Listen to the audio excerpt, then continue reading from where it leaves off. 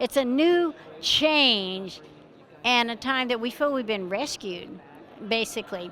And we're hearing the Lord, as we met with a group of prophets, that it's a breakthrough year.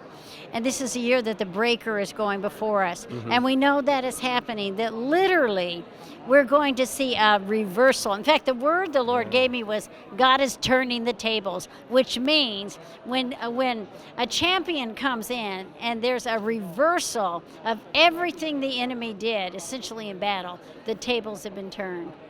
There was such an anointing on me to see this thing come about. Yeah. And I pray, and I brought in speakers that were about the election and different people, and I felt like this was America's last, and the same thing that I felt with Ronald Reagan. Everybody's still wondering what's going to happen. Well, Jim, we are in an awakening right now. We're not going to have an awakening. We are in an awakening. We just want to go back to sleep. Yeah. And so what do we do now?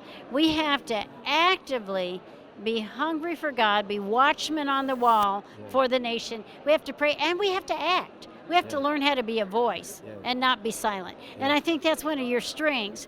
And I'm going to even prophesy to you that because of the place you stood and the voice you were in preparing for this election, the Lord is going to make you a greater voice in the coming day in healing the nation and this divine reversal. And, God's just going to talk to you all along the way about what happens, what's going to happen.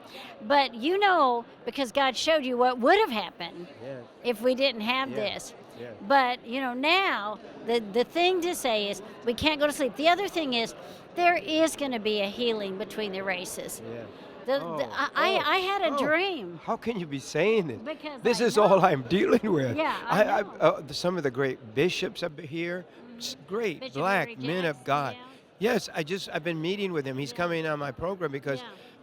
we've got to bring. I spent my life trying to bring people together, and it's in the worse shape now than 30 years ago. Yeah. And you're saying we're going to learn how to come together. Yes.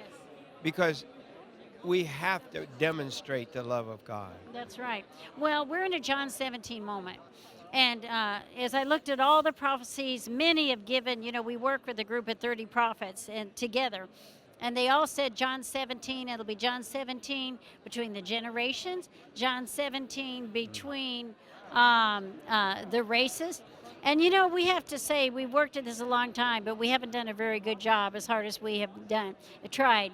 But I believe there is nothing impossible to God, that there's a divine reversal of the hate and the enmity and the spirit of division that has come upon us between the races. And God's going to do something very unique. And I'm going to tell you something. President Trump is going to be used to heal the inner cities of America. He is going to be used to stop these crime waves because God hates it when little children are killed in drive-by shootings in Chicago, in Detroit. And this is going to stop. And we're going to keep praying and stand behind our president and see it happen.